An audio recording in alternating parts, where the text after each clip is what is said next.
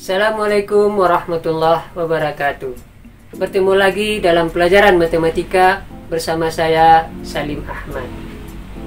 Pembahasan kita kali ini adalah tentang statistika dalam masalah kontekstual. Dalam masalah kontekstual, sering kita mendengar orang menyebutkan istilah statistik. Di sisi lain, ada yang menyebutkan statistika. Nah, video kali ini kita akan menjelaskan beberapa pengertian pokok dalam kajian statistika. Materi kita kali ini berlandaskan kepada kompetensi dasar 3.27, yaitu mengevaluasi kajian statistika dalam masalah kontekstual. Untuk KD 4.27, menyelesaikan masalah kontekstual yang berkaitan dengan kajian statistika. Indikator pencapaian kompetensi diharapkan kita semua setelah mempelajari dan melihat tayangan video ini, diharapkan kita mampu dan memahami pengertian statistika dan statistik. Yang kedua, mampu memahami populasi dan sampel. Dan yang ketiga, memahami pengertian data dan datum. Sekarang kita mulai pada pengertian statistika dan statistik. Statistika adalah sebuah cabang ilmu dari matematika yang mempelajari cara-cara mengumpulkan, menyusun data, mengolah data, menganalisa data, serta menyajikan data dalam bentuk kurva atau diagram. Sedangkan kegiatan menarik kesimpulan, menafsirkan parameter, dan menguji hipotesa atau dugaan dari data yang ada dinamakan dengan statistik.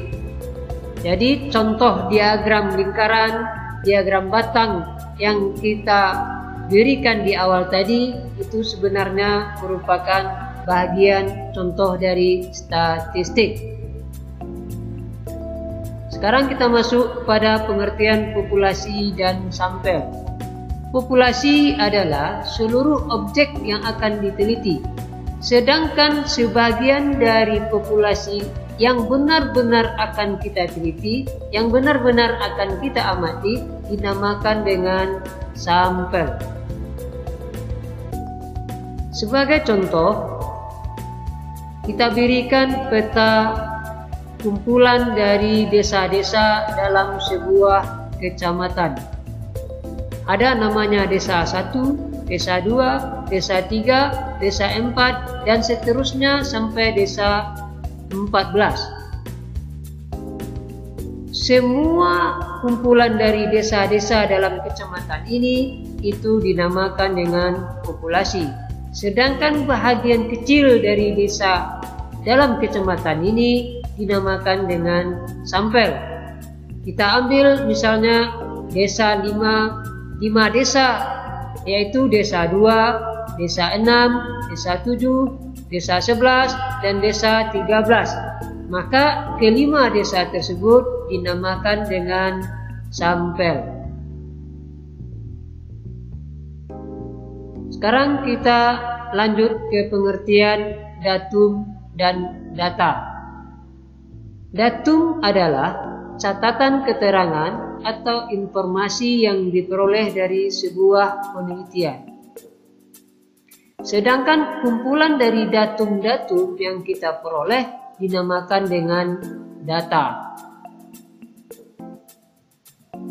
Sebagai contoh, kita berikan tabel data tentang kondisi sawah di suatu daerah. Ada sawah nomor 1 luasnya 2.400, berat padinya 1.800. Sawah nomor 2 luasnya 2.200, berat padinya 1.750.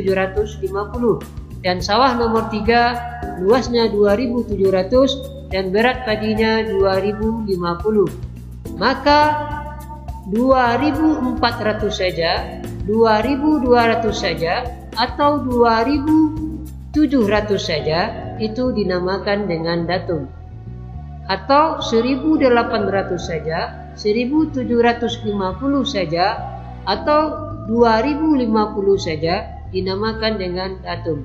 Sedangkan kumpulan semua bilangan ini, baik kumpulan di bidang luasnya maupun di bidang berat padinya, itu semuanya dinamakan dengan data.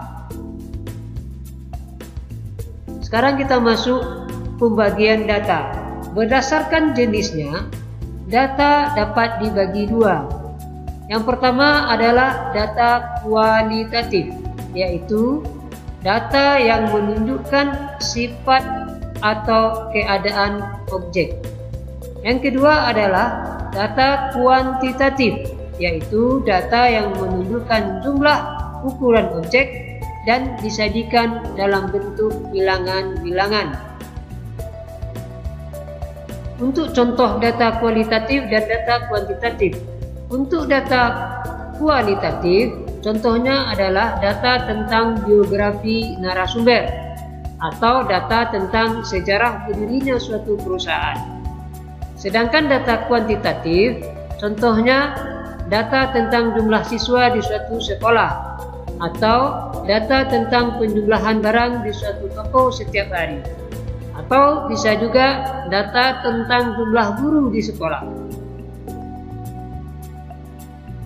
Sekarang kita masuk kepada data cacahan dan data ukuran. Kita sering mendengar orang menyebut ini data cacahan dan ini data ukuran. Apa sih sebenarnya yang dikatakan data cacahan dan data ukuran? Data cacahan adalah data yang diperoleh dengan cara mencacah atau membilang atau menghitung banyaknya objek. Data cacahan sering juga disebut orang dengan data diskrit.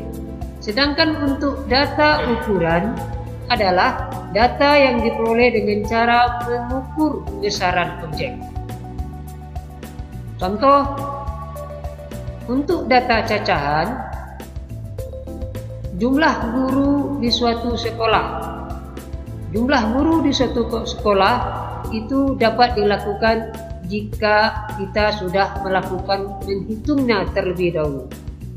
Maka dinamakan jumlah guru di suatu sekolah merupakan termasuk ke dalam golongan data cacahan. Data ukuran contohnya tinggi badan seseorang.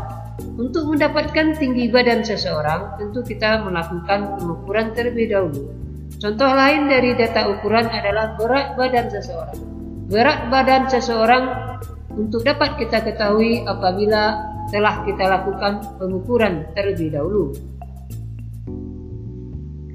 Demikianlah sekelumit pengertian dasar dari statistika. Mudah-mudahan materi singkat ini bisa lebih membawa kita, bisa lebih memahami kita terhadap pengertian statistika, statistik, populasi, sampel, data, dan datum. Assalamualaikum warahmatullahi wabarakatuh.